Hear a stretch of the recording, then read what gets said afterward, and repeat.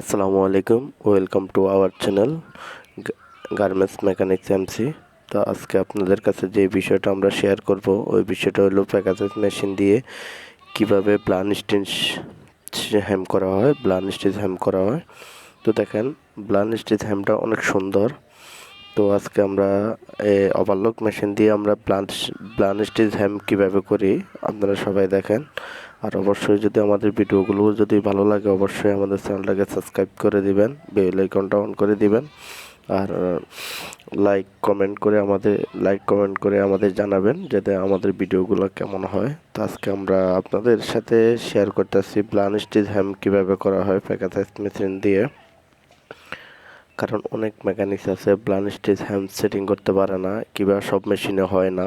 এটার জন্য আলাদা স্পেশাল কিছু মেশিন দরকার হয়, লাইন থেকেই কিছু মেশিন নিতে হয় আর কি, বাছাই করে। কারণ না হলে সব মেশিন দিয়ে প্লান স্টিচ